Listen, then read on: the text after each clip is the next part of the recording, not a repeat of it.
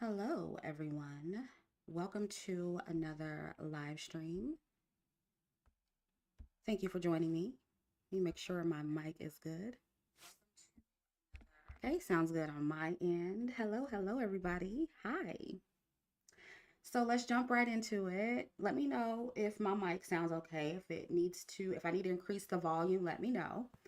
But I want to give my opinion on a TikTok video that was sent to me about white people losing their privilege. And when they get with black people, they lose their privilege and they stop getting invited to certain events, etc., etc. I thought it was a very interesting conversation that's happening on TikTok. The video went semi-viral, and I'm going to play a little bit of it in this live stream. But enough black women saw it, so I felt like, the conversation needed to be had. And thanks to, I think her name is Ashley. Ooh, I'm sorry if I got your name wrong. I know it starts with the A. She sent me this video, so shout out to her. I had no idea about this video. And before we continue, just an FYI, I actually had this conversation with a group of black women I interviewed for my lifestyle series. And this segment of the series was about interracial relationships and kind of just navigating the social dynamic when you are in an interracial relationship. So this conversation is not new on this side. And the women I spoke to are married to non-black men. Some of them have children with non-black men. And they gave advice on how to navigate this kind of relationship dynamic. That video is now available on my website until the end of March. And other videos from the lifestyle series are available. And all of my exclusive content is available until the end of March. I am not bringing it back after my new content goes up in the spring.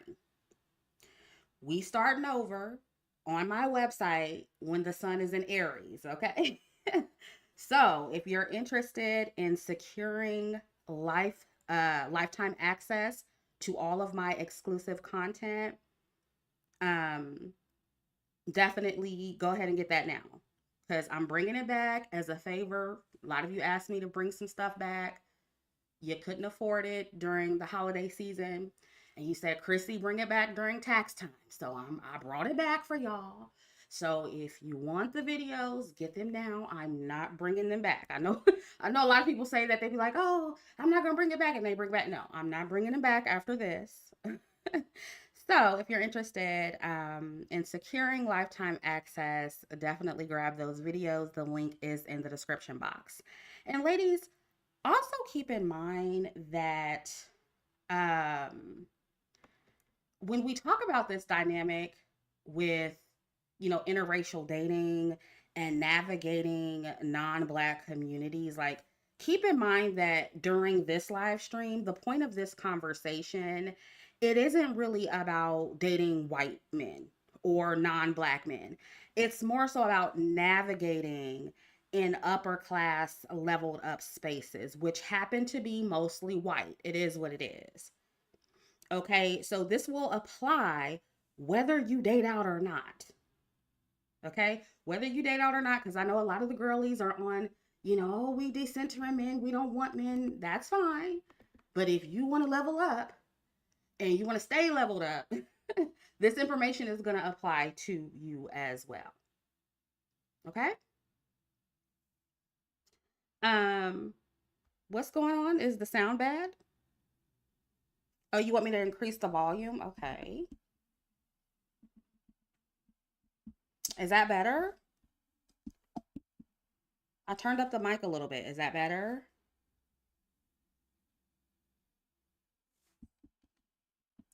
Let me know. Push one in the chat if that's better. Let me get closer to the mic. I'm trying to control my voice this evening because I'm kind of at a different location. So I can't, get all hyped like I usually do. Okay. Somebody said I sound good. Put in the headphones. So put in your headphones, girl. Okay. Now let's get into this first TikTok video.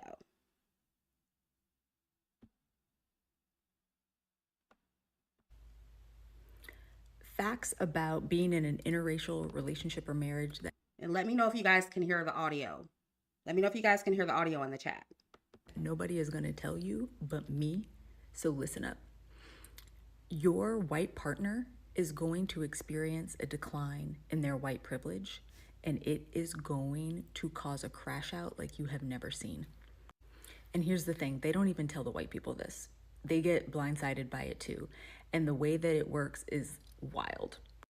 Speaking from my experience and how it went, you meet a guy, and on either side, it can be fetish, lust, like, love, whatever. Then they take you around their white friends. And now, Black women, what you need to know is a group of not racist white men, especially young white men, are always going to be cool. They're always going to think you're hot, you're cool, be totally down with however you're representing yourself and whatever. Because white men in their white privilege have the freedom to think however they want to think. It's when the company gets mixed that things start to get hinky. And by mixed company, I mean those same white guys plus their white girlfriends and wives, white family, white coworkers, white friends. Then the dance starts because you have people who are on different levels of privilege, class, and power. And they're looking at you and they're trying to place you, and it better not be above them. So now you, as the Black girlfriend or boyfriend or husband or whatever, wife, have to do a dance. You have to position yourself between stereotype of what everybody wants you to be so that they can be comfortable in their white superiority delusion of this is what a Black person is and that's what I need to see to know that I'm here. But you also have to be assimilated enough into white culture that you're not deemed a threat, that they can relate to you, they understand you, they see that you are parroting certain norms and things that they know that they can relax a little bit. So it's a constant dance, because do not walk into a room full of insecure white people and be all that and a bag of chips. Oh, you in danger, girl. Because if you walk in there and you're not playing their little game that makes them feel good about themselves, if you walk in there and you are intellectual, you have poise, class, a great job, you're well educated, style, if you're not afraid of them, if you're not seeking their approval, if you are unbothered, they are not gonna like that. And they're gonna start looking at your white partner like, how dare you bring that here? And in order to keep their community of white delusion thriving, they have to remove any perceived threats, actual threats, anything that is not vibing in that collective understanding of who they deem themselves to be. And so that decline, that dismissal from white privilege is going to hit your white partner hard. They are going to get social backlash, stop being invited to things. Their family is going to start haranguing them about keeping you in line. Their buddies are... Okay, I want you guys to know where she said keeping you in line. Okay? Just note that. And please stop roasting her in the chat. Somebody said she looked like a Hotep binary. Y'all, please, just listen to the message. We're going to get around to it because what she's saying is not all wrong, okay? But, you know, we have another video that we need to listen to that is very important because it colors her experience, okay? So please stop roasting, please. Okay, let's continue. Not going to come over because their wives don't like you. There's going to be a lot of things that happen. And not only will they possibly have a decline in their social status, their white privilege, but their upward mobility within white privilege can be chopped off, especially if it's at work. If they have a boss or a boss's spouse that feels some kind of way, all of a sudden promotion opportunities are not there for them. You are literally, by showing up as your authentic self, by being real, by not taking any flack, or even if you are so token and so playing the game, but that other white person who has a little bit more power than your partner is threatened or is insecure, there's nothing that you can do to stop them from wanting to yank privilege away from your partner or your spouse. It is what it is. Okay, let's pause here. Okay, let me say she is right about white men, younger white men especially, on average being cool with black women and with white men who date black women, and it being a different dynamic when their wives and their girlfriends are there. Okay, I encounter this sometimes at certain events and at my luxury apartment building as well. White men, and I'm sure a lot of black women can attest to this, white men, non-black men are usually a lot more friendly than the women in general. And I've talked about this on a live stream before. Sometimes I will get on the elevator, for example. If it's a non-black man, he's usually very friendly. He's oh hi, how are you? He tries to make small talk. If it's a non-black man and his girlfriend or his wife, sometimes it's a completely different dynamic. He'll speak, she won't speak. There'll be this awkward silence because he's talking to me, he's holding conversation. That kind of stuff has happened before. We're not gonna sit here and act like it does not happen. Okay. Um, but let me say this. I find that that's just a competitive woman thing. It happens with all races of women. And let me be clear too. I meet all races of women who are cool too. I'm not one of those girls who be like, "Oh, I don't have female friends." Usually the women who say that aren't is something wrong with them. I can definitely attract female friends of all races. So, but I've definitely experienced the haters, right? And also, I agree that white people in white spaces do try to place you as a black person, especially when you are in an upper class space. Okay. And if they have an image in their head of what a black person is supposed to be or what they're supposed to have, they can be a bit thrown off by you as the black woman who is leveled up. They'll be looking at you a little bit confused. They'll be like, oh, wait, I've experienced this a lot.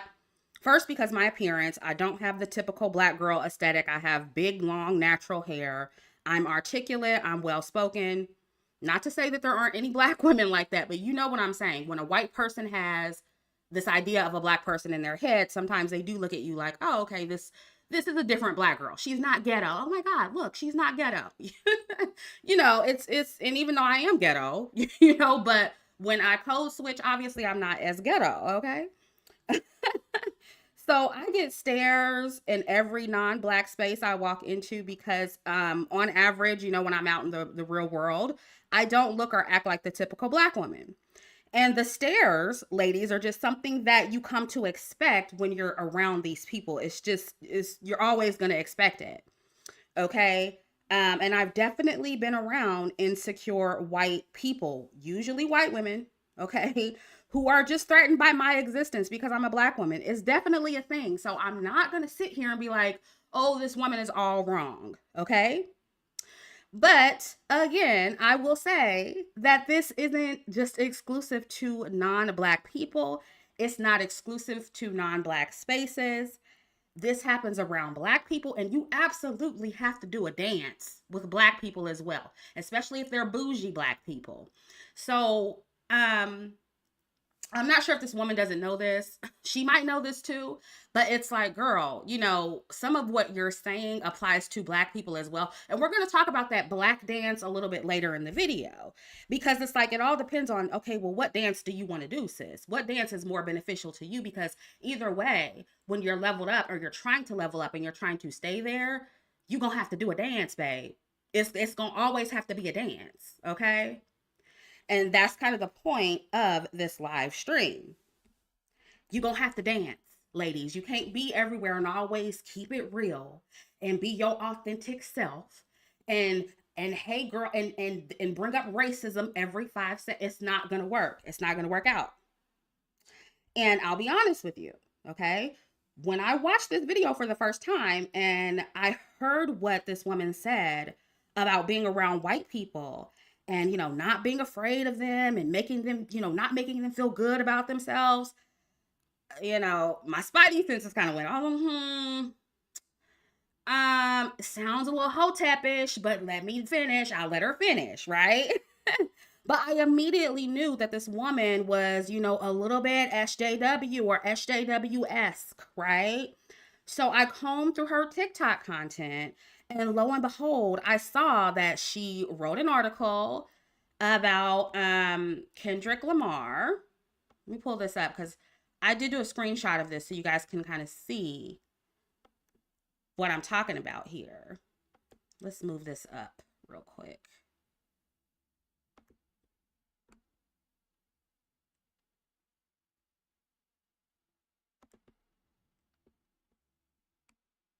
Yeah, so she wrote an article.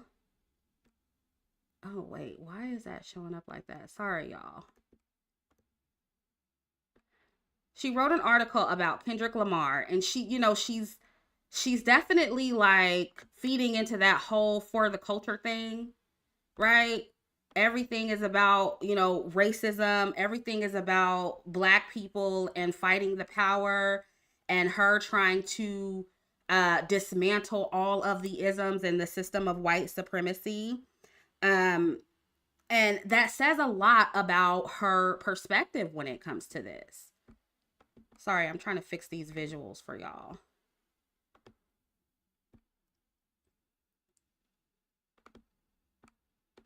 And if you see here, there we go. All the videos on race, she's very much so pro-black, okay? So that matters in this situation, you guys, and it matters a lot. And I did see a video where she talks a little bit about what she did to make her husband lose privilege points. And I want to get into that a little bit. So let's pull up that video.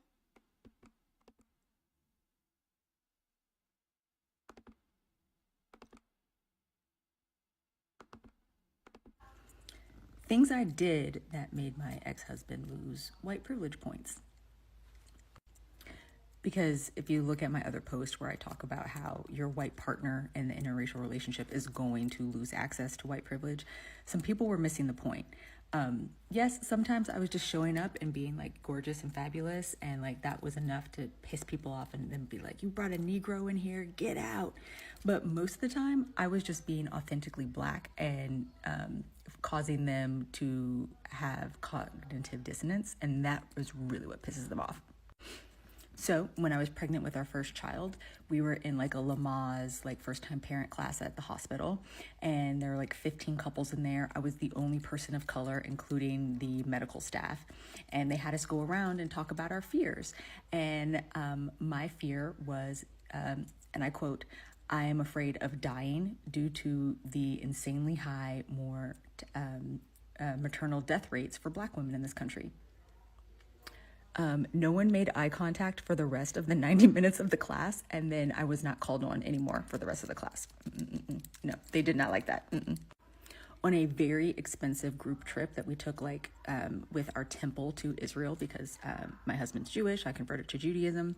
I spent the entire trip in Israel talking about how racist and apartheid-esque it was and asking when we were going to go see Jews of color, because why were all the people and groups and like cultural moments we were having, none of them were with Ethiopian Jews or even Sephardic Jews. I was like, everybody was from America.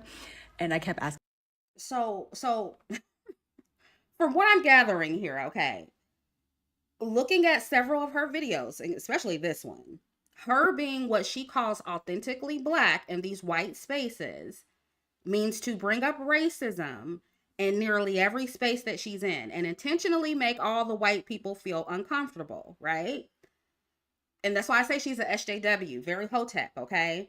And I think that's very important to highlight because most Black women are just seeing this one semi-viral video that I showed first about, white men losing their privilege being with a Black woman.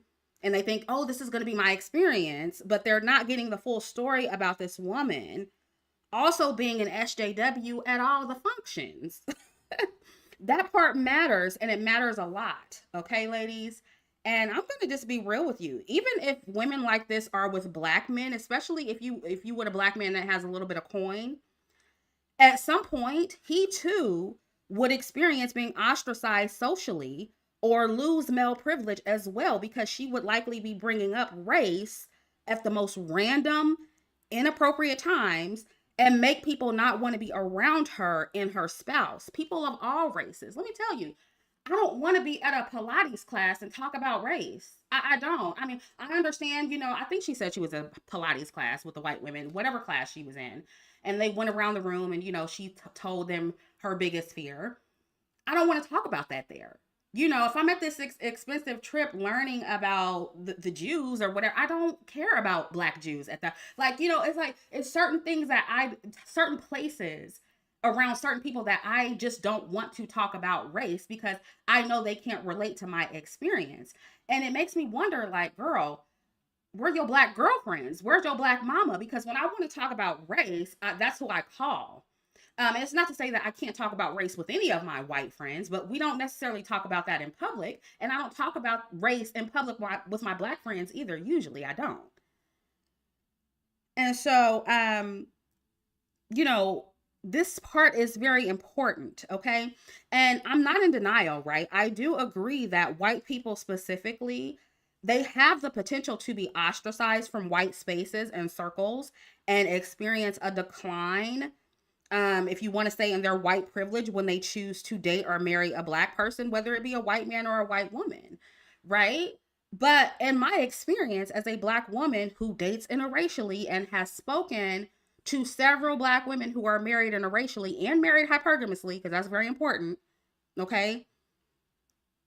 The loss of the social loss, or whatever you want to call it, the loss of privilege from being with a black woman, it hasn't drastically changed their quality of life, especially with white men, because all of them still benefit from white privilege. So it's a different dynamic, right? And in my opinion, this is just some game for the ladies uh who what is that like that? I'm sorry, I'm a little bit distracted by how I messed up the visuals. But anyway, but more established, higher earning non-black men are the best way to go if you are trying to date out as a black woman. Okay? If you're worried about this, established white men, have money, they have more freedom to do what they want to do. And if they lose support from certain friends and family, because again, that can happen when you're with a black person. Like, I'm not sitting here and saying that this can never happen. Like I said, in the interview I did with the black women who date interracially, they talked about that. They talked about their husbands having to cut off their racist friends, having to cut off a racist family member. This does happen, right? So again, she's not wrong. She's not all the way wrong, right? But in the grand scheme of things, they're not, the quality of life is not changing like that, right? Especially when you have a man with some coin. And ladies, you don't want the bottom shelf black non-black man anyway, right? So this is all the more reason to keep your standards high over the fence. The rules don't change just because the man is non-black. Y'all know my motto: hypergamy or nothing. Okay? So it is what it is. And I don't know if this woman, is hypergamous. She does, when I listen to some of her experiences, she does speak like she's been in upper class spaces, middle to upper class spaces. So I don't know if she was actually hypergamous. But it sounds like she has a little bit of experience being around upper class white people. I do know that.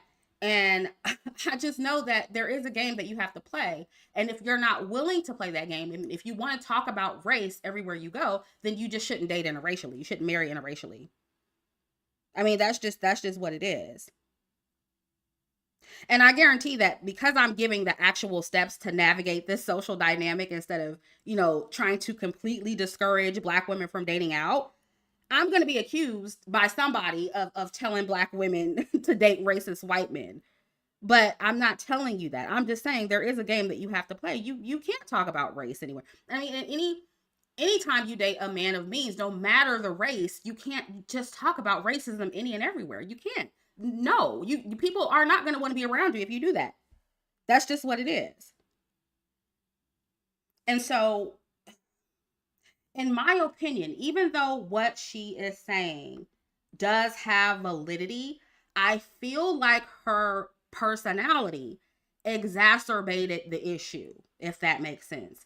So, two things can be true at once, right? It's important that we're not binary thinkers over here. Two things can be true at once. Yeah, there's a thing about, maybe white men losing social points within the white community when bringing home a black partner, a black woman, or a woman of color. That's true. We can say sometimes they lose racist friends, they lose racist family members. That's true. And you also can turn a lot of people off in the spaces that you're in with your white husband if you're always trying to be an SJW. And you're going to turn anybody off, even if it's a black man with money. You're going to turn him off if you're always wanting to talk about race. I'm just telling y'all the truth about what it takes to be in the spaces a lot of you want to be in. You can't go around talking about race all the time. That's just what it is. And I actually saw a black woman under this TikTok video bringing up how they do this a lot. Black people do this a lot. They bring up Prince Harry and Meghan Markle. And they always say, "Oh, Prince Harry lost everything because Meghan is half black," right? But that's a very rare situation. We can draw some parallels for sure, right? But most black women aren't going to marry into white royalty.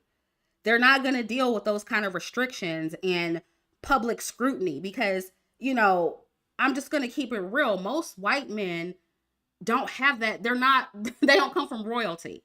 They don't have that kind of status. So it's going to be totally different for most black women who marry and date out. Right? Most non-black men, white men, they're self-made. They started from the bottom, right? If they're upper class now, middle upper class, whatever, they usually started from the bottom. They may have a little bit of money, generational wealth, if you want to call it that, but they don't come from royalty. So the dynamic is not nearly as severe as it is with somebody like Prince Harry and Meghan Markle. So it's like I just feel like a lot of black women are allowing people to scare you out of swirling, and if not swirling, just exploring other cultures. They're trying to scare you by presenting these rare examples of black women in these spaces or with these men that didn't go right. And, when 9 times out of 10, that won't be your exact experience. It just won't be.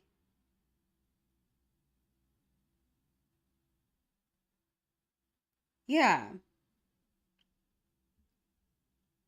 Now, am I saying that interracial relationships are always going to be a walk in the park? No. They're not always a walk in the park. And you do want to make sure that your white or non-black partner is okay with discussing race when you need to discuss race.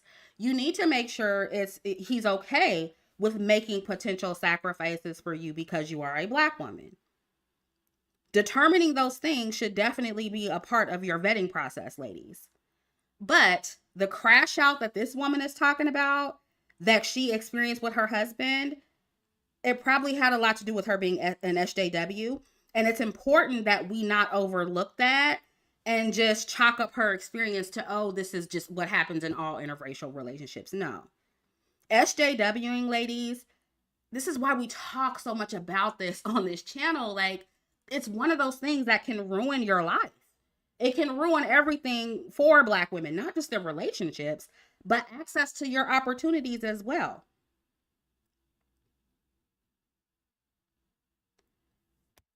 Yeah. And so while I'm not disagreeing with everything she's saying, like, girl, like, we need the whole story.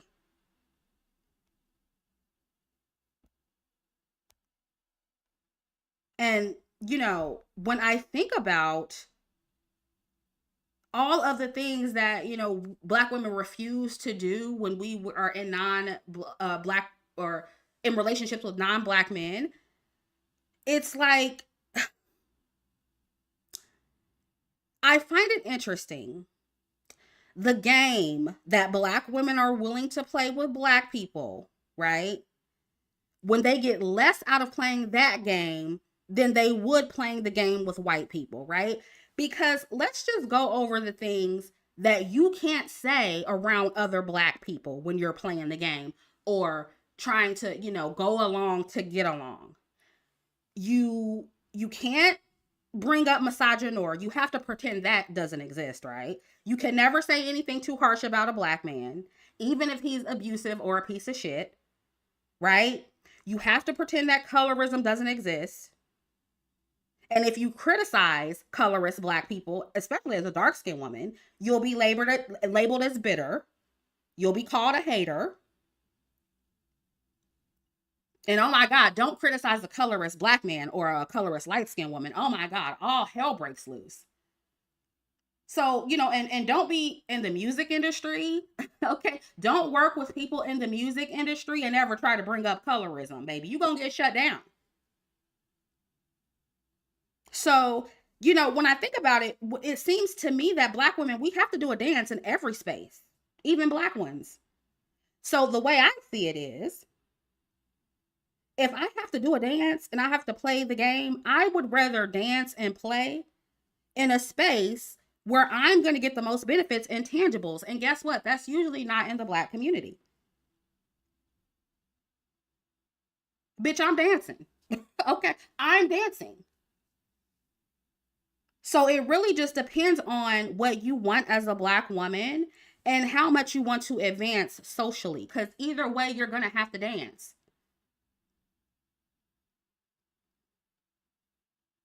And I want to make it clear, I don't think anything is wrong with taking a stance against racism in white spaces if the situation calls for it.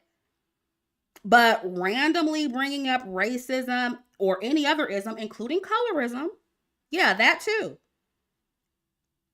Doing that in every space you go, that's not going to change the beliefs of those people in those spaces. Like, it's not going to change how they feel. It's not going to make them give up their privilege for you.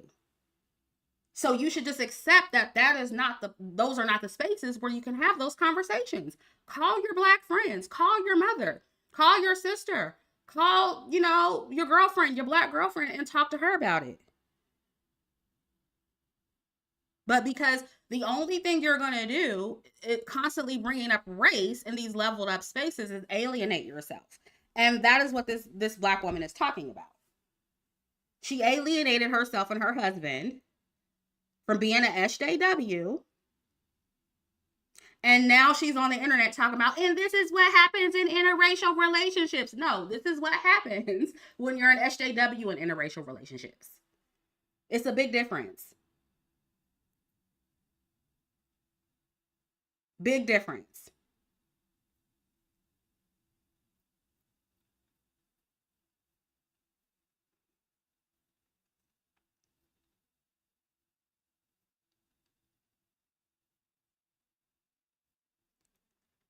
And I just want to say, like, when it comes to what she said specifically about the privilege part, we have all heard about white people threatening to disown their children if they bring home a Black person. We've heard about them, unaliving Black men specifically who get with white women.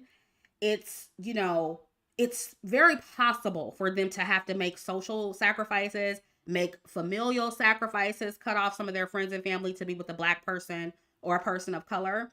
And, I think this is especially true for white women, right? White women, girl, white men be dragging white women who fuck with Black men. They really do. They be calling those girls nasty, dirty, and those women are irredeemable in the eyes of many white men, right? And because white women don't benefit from male privilege, that loss of privilege, it hits them a lot harder than it does white men who date and marry out. And this may have something to do with why white women in particular, there's so many stories about them unaliving their black male partners. Who was that guy who just got unalived by his white male or white woman partner? Somebody put his name in the chat. I've been out of town. Somebody wanted me to talk about that, but I didn't have the time to do videos. Uh, but whatever his name is, I know I saw a picture of him, and some people were talking about him on the internet, and we see that often. So maybe that's part of the reason. I'm sure that racial tension can be really hard to deal with. Yeah, Telvin Osborne. Yeah. And by the way, have you noticed that a critical mass of black men aren't discussing that? I haven't really seen, the usual suspects in the manosphere talking about that. But anytime a white woman unalives a black woman, there's a million videos. Have you noticed that? And see, I noticed that even what this woman is doing on TikTok, like you don't really see a lot of black men come out, saying that. They don't come out and be like, "Oh, interracial dating is just so horrible," and they really be having it bad. Like they white women be unaliving them. And they don't let that stop them from trying again. They'll be like, "Oh, this is just that one case. This is just that one individual situation. This don't have nothing to do with me and my woman. I'm still gonna date Becky. I'm still gonna get me a snow bunny." And so, like, black women, you're allowing people to fear monger you. And I even saw a video where um there was a black woman who used Telvin's story to like throw shots at black women who swirl. And I'm like, what do we have to do with this shit? Why are we being brought up in this shit? This is between this white woman and his and her black man. But again, they do that. That's another way to try and scare us out of dating out and keeping us stuck on black men and stuck in the black community. Even though on average we're having way more problems with black men than non-black men. We're getting unalived by black men way more than we are with white men. And so, I on one hand, it's like, okay, I'm glad this woman, is sharing her experience because, the social dynamic part of what she's saying is right. But I do hear the fear mongering in there as well. I hear the fear mongering in there as well. I hear the hotep tree, the hoteptressness. I hear all of that shit in there. And you know how she started out when she was like, yeah, whether you're a fetish or whether it's love or like. So it's very, very pro-black hotep language. And I don't like that. I don't like that, especially when you're not really, given the whole story. Like, I feel like what she said in her second video, she should have made that very clear in the first one. And maybe she's not completely aware of what she was doing to make people feel uncomfortable around her. It kind of reminds me of how people don't like Amanda Seales. How she just doesn't have a very good grasp on, she's not socially aware. She's not very self-aware. She's not aware of how she comes across to people and how she makes people feel uncomfortable. And this woman, she talked about how, oh yeah, and the other black people that are in interracial relationships, they don't help you because they're playing the game too. Yeah, that's partially true, but it's also probably because you made them feel uncomfortable too. It's probably because, girl, we at the vineyard, we having fun, we drinking wine. We don't fucking want to talk about race right now, girl. We don't want to talk about racism right now. And I'm black too. I don't want to talk about that shit right now, girl. Enjoy the function. So, you know what I'm saying? Like, it's not just about those black people trying to play the game. They just don't want to be bothered with that shit right now. They out trying to have fun. God damn. Can we sip on some wine and chill for a minute?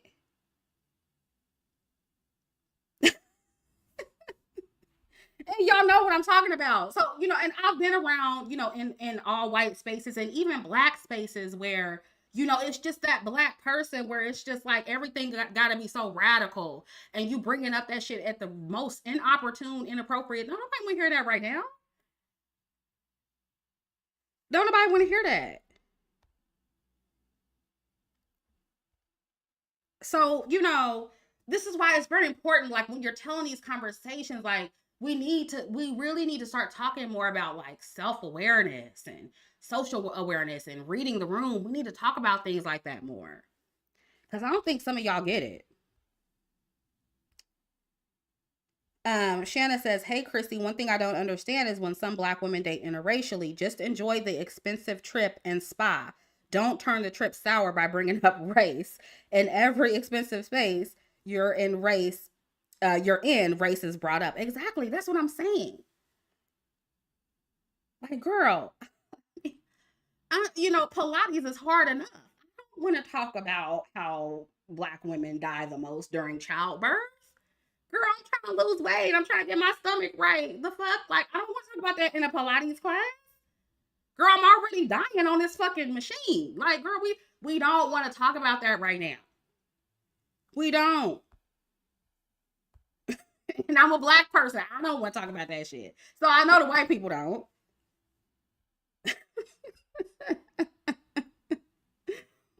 But yeah, I said in one of my live streams, y'all, I said that, navigating in non-black spaces, it won't always be comfortable.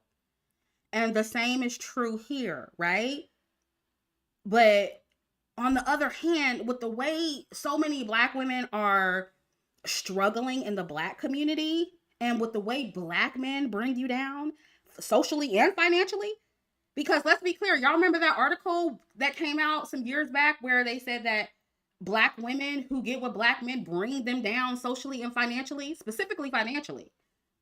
Like, that's a lot of the times when black women really start struggling when they marry down and they get with a black man.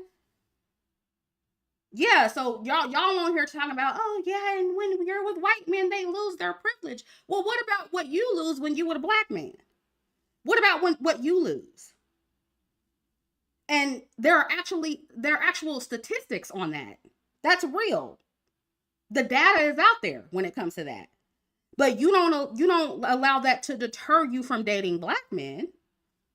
And see, that lets me know this isn't truly about, you losing anything, or the non-black man that you're losing, that's losing something from being with you. It's not about that. It's about you wanting to be a pro-black SJW and only wanting to date black men. It's about you not wanting to explore your options, and you're finding every reason that you can not to go out of your comfort zone. That's what this is about. And I just wish black women would be honest about that. Because again, what this woman is talking about transcends race. Nobody want to be around a 24/7 SJW. Nobody want to be around that.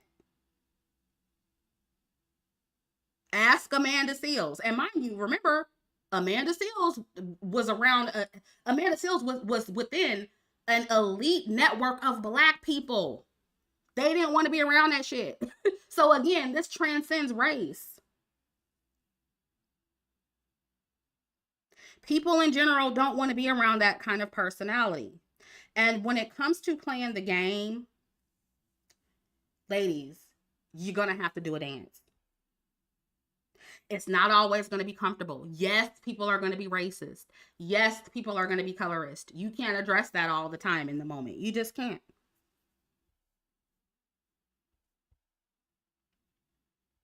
And listen, if you don't mind being an SJW, because, the whole argument is, oh, well, black women, we're not a monolith. Some of us are made to be social justice warriors. Some of us want to be activists. Some of us want to do that. Okay, fine.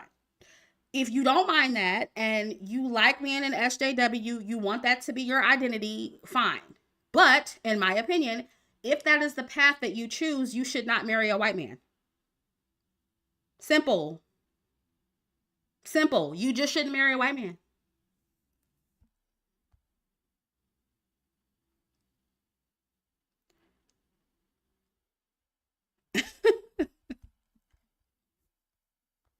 Isma says Amanda made Shannon uncomfortable on his show. Yeah.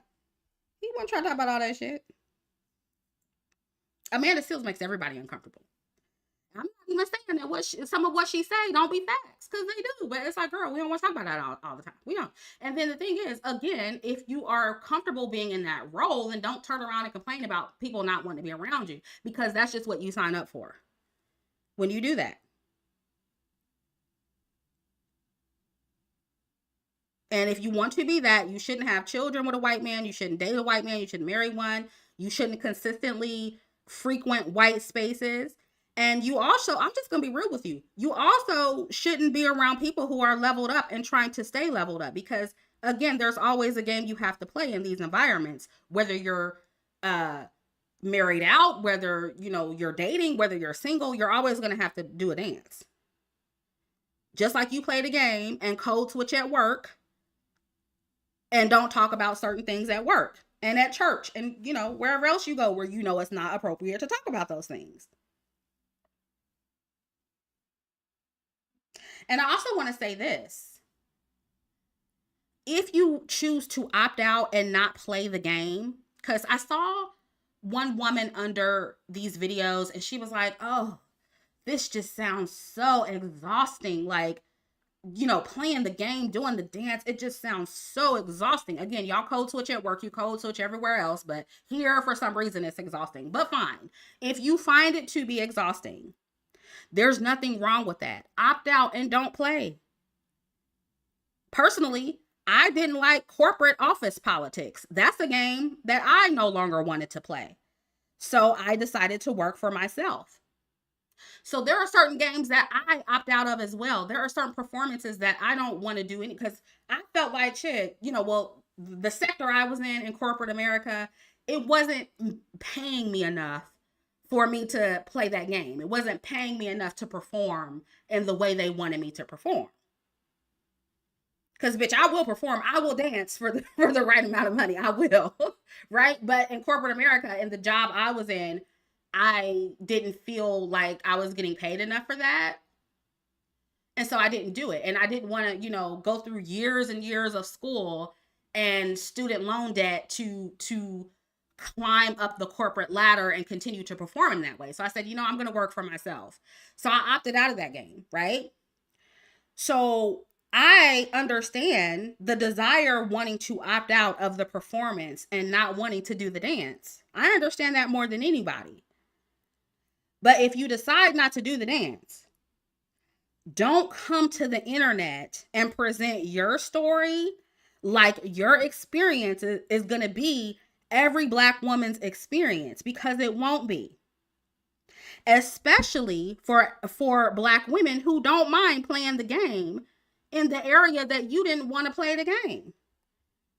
I can't come on here and be like, oh, ladies, and this is why you shouldn't work in corporate America, because X, Y, and Z, and this is why you should work for yourself. Not every woman is equipped for that. Not every woman is equipped to be an entrepreneur. This shit is hard. This shit is hard. And when you're not fucking working every single day, you're not making any money.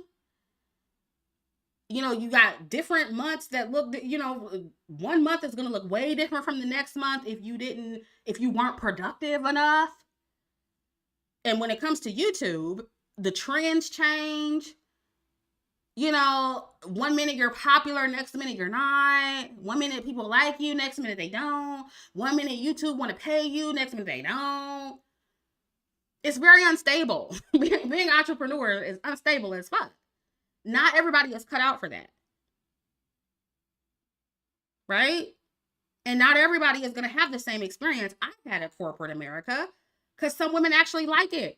They like social climbing. They like, climbing up the corporate ladder. They like getting their education and all their degrees and, kicking ass in corporate America. Some of y'all like that. Some of you are built for it. I wasn't. Right? Some of us are built to date out and navigate in non-white spaces. Some of us aren't. Those of us who are, we gonna dance. We gonna dance. We don't have to talk about race ever. We don't want to talk to white women about racism. We don't want to. We don't feel like we want to relate to white women on that level. I don't want that. Healthy Green Lifestyle says, what do you think about Kimmy Badenoch, a British Nigerian. Does she have to be extreme to be accepted? I don't know who she is. I'll have to do more research. I don't think anybody has to be extreme to be accepted, though. Nobody's telling you like you have to act white and you have to literally tap dance for white people. I don't do that shit either.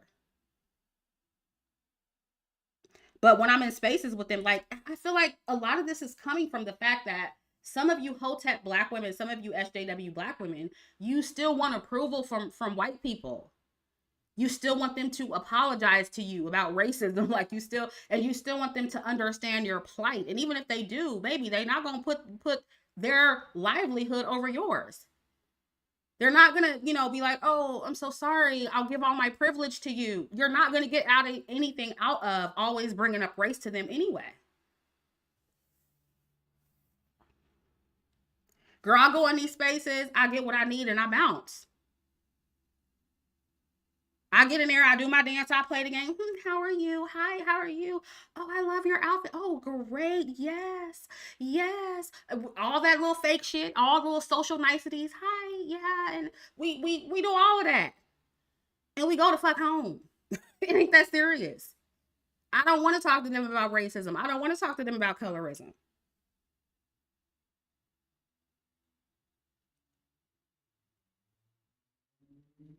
Yeah, I'll have to see. I'll have to see it. I have to learn about Kimmy. I don't know anything about her. What does she do? Yeah, I'm not saying you have to coon out, y'all. You don't have to be a Candace Owens. You don't have to be up there, defending white racism and, being pro Trump. No, that's unnecessary. You don't have to do all of that. Just like you don't have to go in there and be all SJW. You don't have to go in there and kiss ass either. I don't kiss white people's ass. I don't do that. If I'm around them and they're racist and they're, giving me the cold shoulder or they're, giving me the evil eye, I just don't talk to them. I don't care none of, okay. And maybe the next person will talk to me. I don't give a fuck about them people. I'm here trying to get my bag. I'm here trying to social climb and do what's best for me. I don't give a fuck about none of y'all. The white people who don't like me, they over there, fine. There will be white people who do.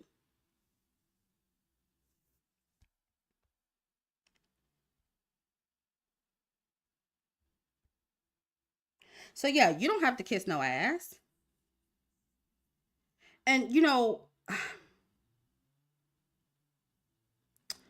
in my opinion, like I said, women like this, she should stay with black men. She should stay in the black community. She should stay around, honestly, low class people where she can always keep it real. Because that seems like what she wants to do. Interracial dating is not for women like this. Leveling up is not for women like this. And what's interesting about her, I was looking at her and I was like, dang, this is the type of black woman, black men and black people don't even fuck with her like that. She's the quirky kind of, nerdy black woman, kind of weird black woman that probably likes alternative things that the black community really don't like that as a collective. That's probably why she ended up with a white man to begin with. But here she is online after her failed interracial marriage, SJWing for black people. They don't like you either, girl. What you think you about to get out of this community? Like what? What you think? What you think? You think you ain't got to dance in this community? And when you dance, what you think you about to get out of it? That's what I want to know. Because I was looking at her TikTok videos and I learned that she either grew up in a predominantly white neighborhood and or she went to a predominantly white school. And with black women like this, I find that they how do I explain this? They tend to they feel a lack of connection with their black side, right? And it's because they were raised around a bunch of white people, right? And so in a way, it's like they're romanticizing the black community, if that makes sense, because they never consistently been around black people. And I'm not saying that people who are raised in black communities don't also romanticize black people, but this is a special type of like romanticization that women like this do because they were around white people all their lives. And so they're like, oh well, This is why I, feel like this, because I need my black side. I need black people. And maybe, maybe she does need a couple black girlfriends, because maybe you do, because then you can have them to call on when you talk about racism and not the white girls in the Pilates class, girl. So I don't know, girl. I just, I don't know, but it does feel like, this is very similar to how some black people who have predominantly been have been in predominantly black spaces. It's how they kind of, some of them, not all, but it's how some of them romanticize the white community, right? And they think that all white people are perfect. That's what she's kind of given a little bit, but with black people. You feel like you missed something, so you're attempting to fill this void with pro blackness. That's what it feels like. And I've talked about this before, but you see this a lot with some of these like bougie black feminists, these liberal black women that co-sign all of this black dysfunction in the that comes from the hood. It's because they can't really relate to it and they don't realize how bad it is. So they think it's cool, they think it's fun, they want to be connected to it. They're like, yeah, I want to be around black people because I grew up around all white people and I'm missing my black side. So they think all of that shit is cool and fun and just hip, and because all they grew up around was these bougie, bland white people. But little do you know, sis, you're not missing nothing. You ain't missing nothing. But I'm bringing it up because I understand. I get it. I do get it. Because I like having black friends too. You know what I mean? And this is why I say that I believe in raising black children around a variety of races and cultures. I think that is essential to black children and their development, because you tend to see the good and bad in every culture, right? And you're less likely to romanticize one group of people.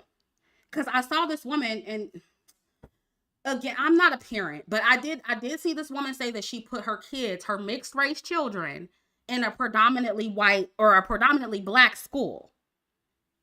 And I'm like, again, I'm not a parent. I'm not trying to give parenting advice. But I will say this. I know what seemed to have worked for me and my mixed race family members. And that was going to a multicultural school where there was a little bit of everything. I feel like you need to expose your children to different things. Lizette says, I noticed it doesn't work out being an SJW. Look at the first black bachelorette.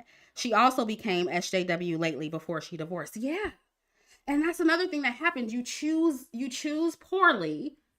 And then you come online and you be like, oh, this is all interracial relationships. And, I'm pro-black now. All because you had a bad experience with this white person or this non-black man. So, and I feel like we're going to see more of this as black women fail to vet men over the fence, non-black men. As black women go over the fence and try to be SJWs, you're going to see a lot more of this. They're going to come back and be like, it didn't work. And it doesn't work. It's black women. It's not going to work for you because of the way they did it. You know what I'm saying? And I'm not trying to be that person that's like, oh, you just didn't do it right, but you kind of didn't do it right. I don't know what else to say. Like, girl, this is not the right way to do it. It's like y'all be choosing bad over the fence like you choose inside of the fence. You take your non-vetting skills over the fence and then you wonder why it's not going to work.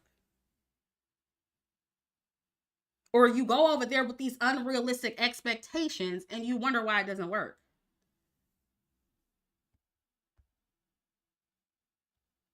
You go over there trying to, be a hoteptress and you wonder why the white girls in the Pilates class don't like you. Like, it's just like, girl, I can't. I can't.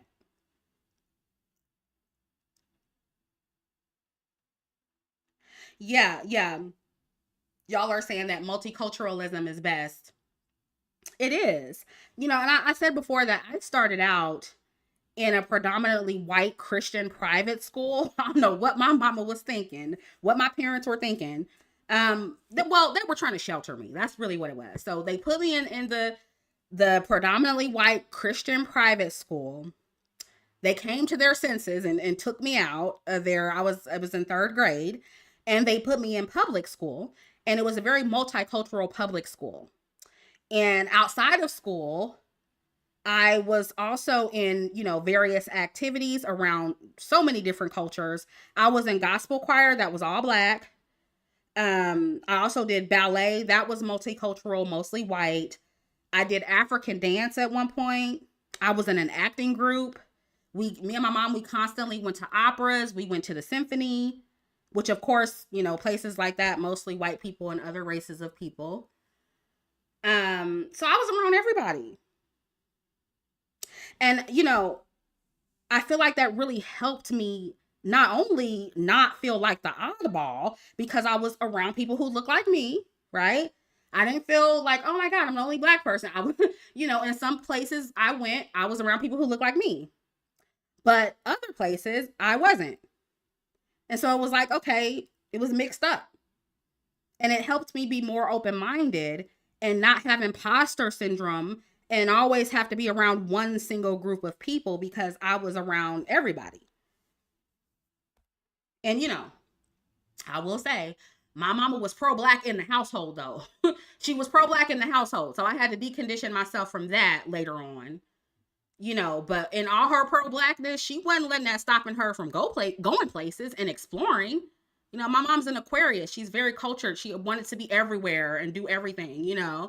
So despite her being pro-black, she was like, girl, and we going here and here and here and here. And I don't care who's there. I don't care if it's all white people, girl. We going here, here, here. My grandma, she was a ballroom dancer. All the people there, mostly white people.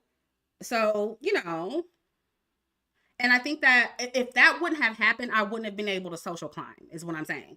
I wouldn't have been able to play the game and be where I'm at now if that didn't happen. Let me see. I'm missing some super chats. Simply Bree says, I may be off, but I feel like Chloe and Hallie do the same thing, like romanticize ghetto-ness because they didn't grow up that way. That's why Hallie got with DVD. Thank you. That's a perfect example. She thought that shit was cool, right?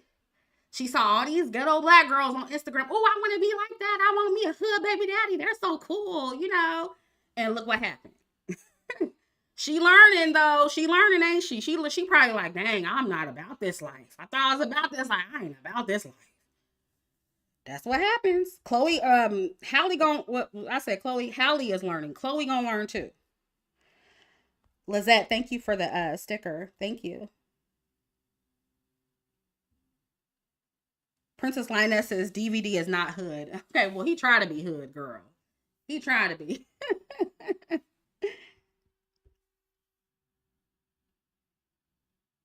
But yeah, when you kind of see the good and bad in all communities, it's like you see the social dynamics between groups for what they are, which is more or less a game.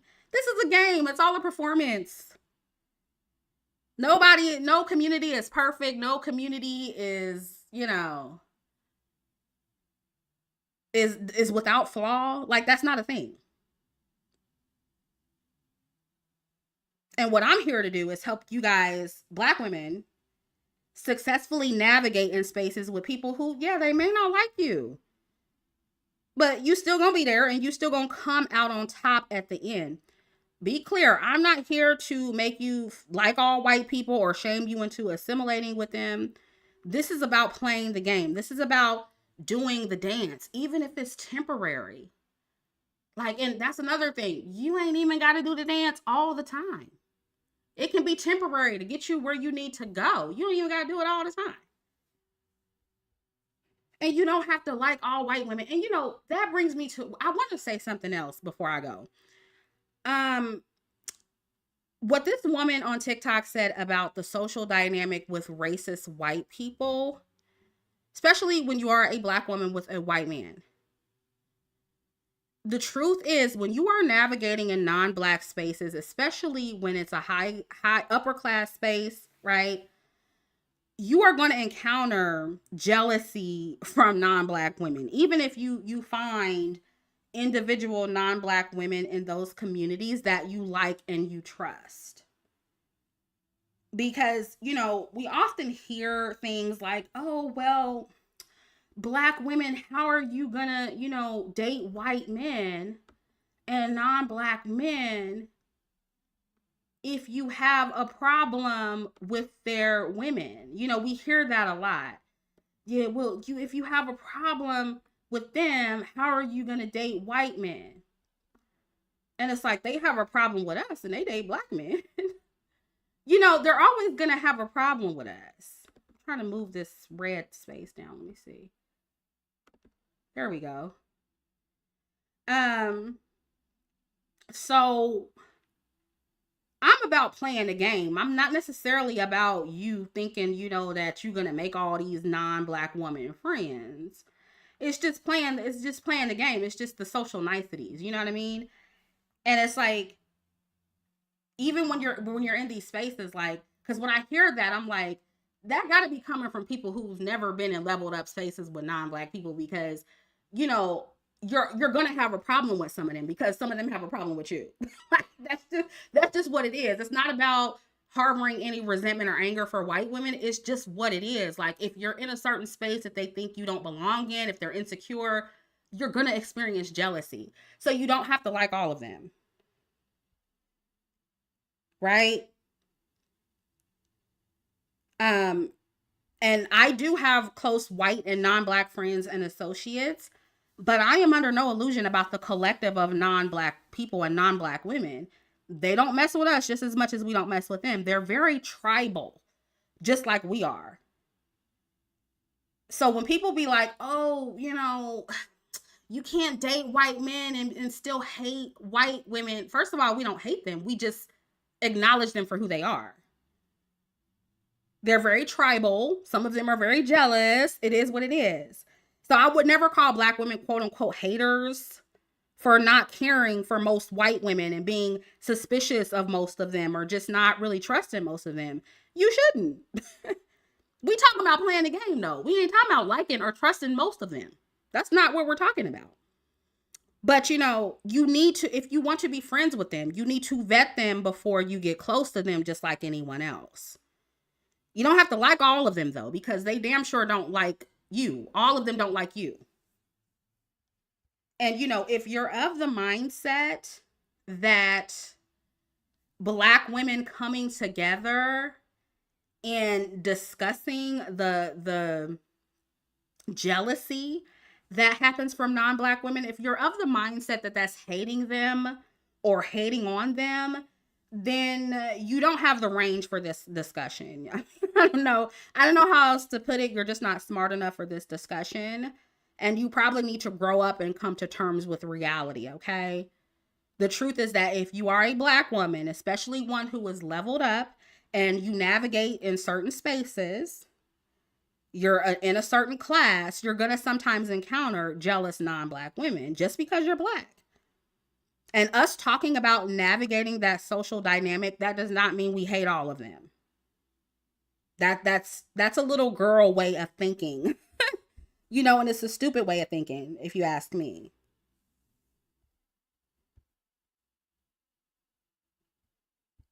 So, Faye Valentine says, can you elaborate on how to deal with jealousy in a classy way? You mirror them. You be passive aggressive like they are. That's all I can say. If they're passive aggressive, you be passive aggressive. And what I mean by that, like, if they say you're in an elevator, right, and they come in, they don't say anything, they don't speak to you. Okay? Fine, you don't speak to them. And if you walk out of the elevator first, you don't say goodbye, have a nice day. That's just how you do it. If you're in the grocery store and you know how, and some people just weren't taught this, but if you're walking in front of someone who's looking at something on the in the aisle, you're supposed to say excuse me, right? There are some passive aggressive people that purposely don't say excuse me to black people, right? So, you know, when you're finished, and if you see them again in the store, you can walk in front of them just like they did you and don't say anything. It's little stuff like that. You can just be very passive aggressive with it. And, you know, there are people talking about this on TikTok, and um one girl was like, "Yeah, and this white girl asked me if my hair was real." You don't have to get mad. You can say, "Yeah, this is my hair. Is that your hair? Is that real, or are those tape ins, or what is that? It looks nice." Just be very passive aggressive like they are. You got to learn how to play the game like they are, like they do.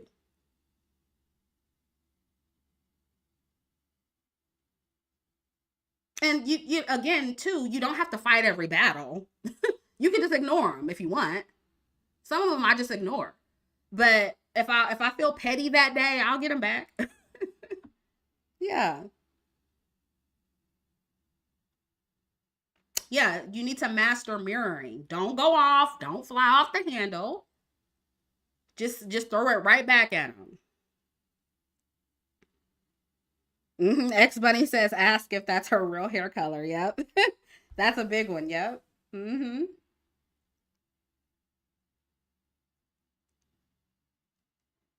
Yeah, so that's how you do it.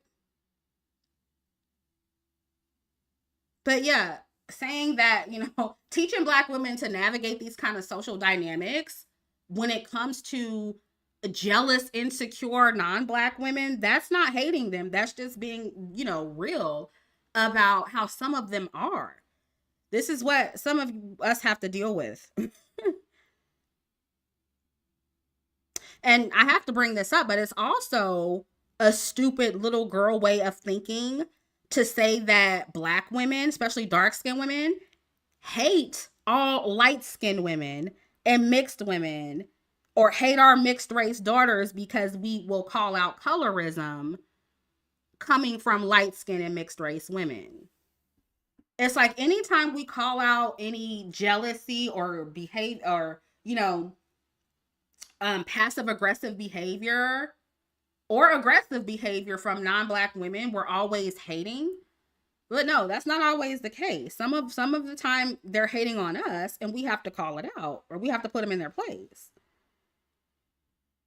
Jealous non-black women exist, you guys. No matter how many of you, yeah, how many of them that you find that aren't that way, there are some that are that way, and you're going to have to learn how to navigate that. And if you're uncomfortable having those conversations as a black woman, or you think that it makes you a hater, then honestly, this isn't the platform for you, because I'm going to be real with you. I'm going to tell you the truth about it. Not all of them are going to be your friends. And they can smile in your face. Not all of them are going to be your friends. And honestly, if this the conversation makes you uncomfortable, social climbing around other groups of people in upper class spaces, you ain't gonna make it. If you don't want to dance, you ain't gonna make it. If you don't want to play the game, you're not gonna make it. And if you're the type of black woman who romanticizes these groups, and you expect everybody to accept you as a black woman and be welcoming to you in their spaces, girl, you gonna get your feelings hurt. And if you don't understand that some of these non-black women especially can smile in your face and do all the social niceties and still be racist and still be colorist and still be competing with you, if you don't think that's possible, that's amateur thinking. You're thinking like a little girl. Or you just don't have the experience and you've never been in these spaces. And when I say things like this, when I'm when I'm educating black women on how to deal with other women like this, it's like I'm always accused of harboring anger for them. But no, that's just me accepting reality. I actually don't walk around with any anger or resentment from any group of people. I just don't lie to myself about who they are. And ladies, it is possible to do that without hating people. And I think that's something only mature adults can understand. And mature adults who don't think in binary terms and have nuance.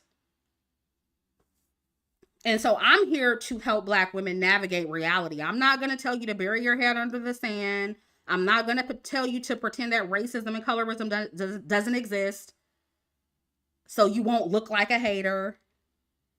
And yes, let me be clear about this. I think it's important to not look like a hater in the real world and not pop off every 2 seconds anytime someone, says something racist or colorist.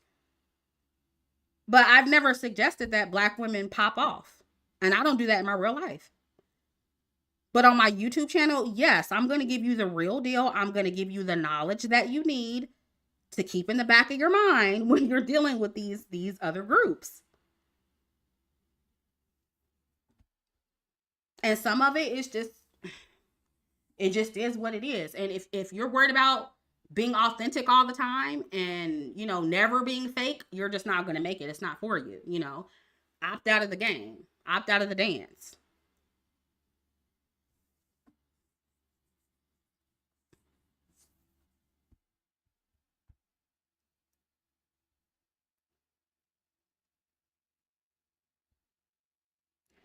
Yeah. Yeah, I understand they don't have the experience, and that's fine. And frankly, anytime you're real about this, you're gonna get called a hater. But I don't care about being called a hater. I don't care about being called racist or whatever to stupid people on the internet. I mean, I don't care, because at the end of the day, they don't affect my reputation in the real world. They're not stopping my bag.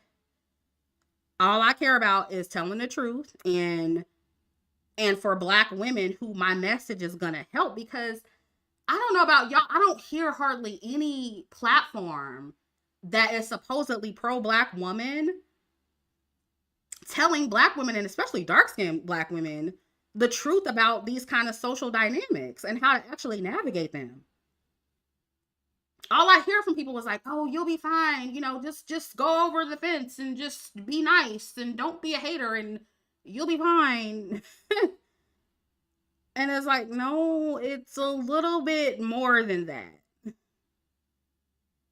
Yeah, all I hear from them, I hear people calling us crazy, labeling us haters for telling the truth. Telling the truth about how people from every community treat us, including non-Black women. It's like we're allowed to be honest about this stuff. That's why, I do think that this woman on TikTok, I do think the conversation is necessary to have about the social dynamics, but it's just not when it comes from an SJW. Because the experience is automatically going to be different. But I do think the conversations need to be had, and that's why I'm doing this live stream.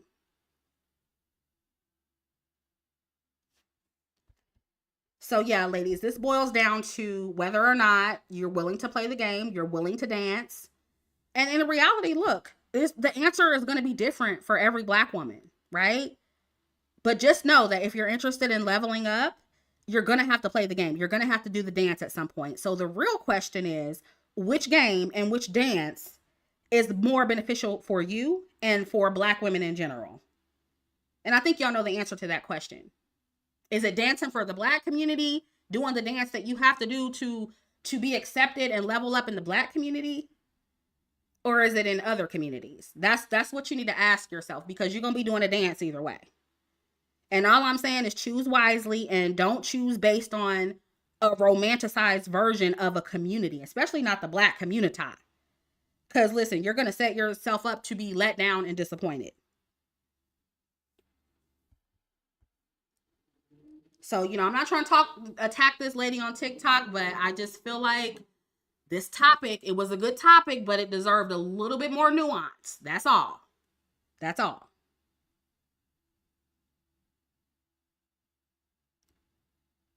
Yaya Drew says, did you see my previous comment saying that? Don't be sensitive. What are you talking about? Are you talking to me or somebody in the chat?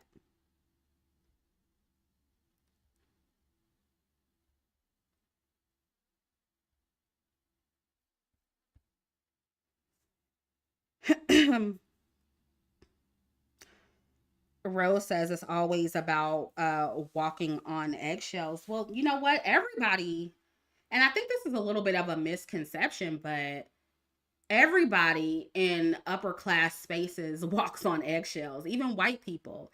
Do you think those white people in upper echelon spaces are saying in those spaces everything they want to say about black people? They're not. They're not saying everything they want to say when they look at you or when they see you there.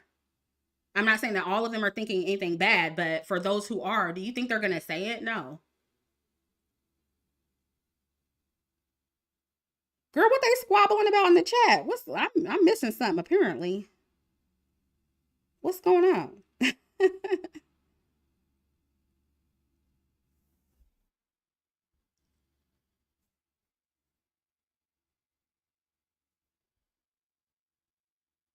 I'll help you out on that, Miss Felis Caddis. I'll do another video about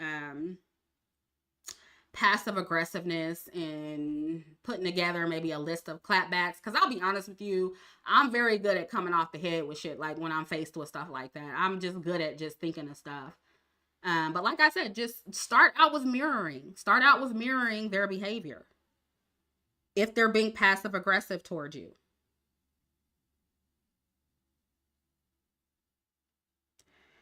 Um, but yeah, they don't say everything they want to in leveled up spaces either. So it's like, I want black women to get over this desire and this need to always want to keep it real in every space you're in. You don't have to. You don't have to, because it's not going to accomplish anything, ladies. It's not like, what do you get from that? You don't get anything from it, and then you want to come back and then cry about being alienated and isolated. I'm like, well, girl, what did you expect?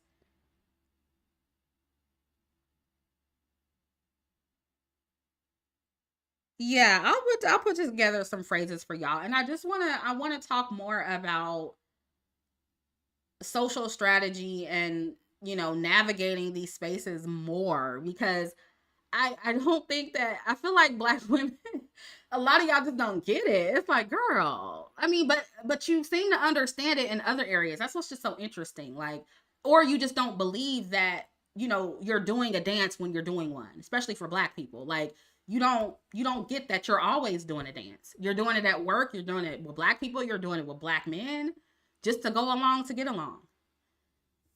You're doing all those dances still anyway. Like, it doesn't matter, and you're not even getting what you would get if you were doing the dance somewhere else. Like, you're not even benefiting in a way that you should by doing the dance for black people. So it's like, girl, you might as well do the dance where you can actually get more from it, get something out of it.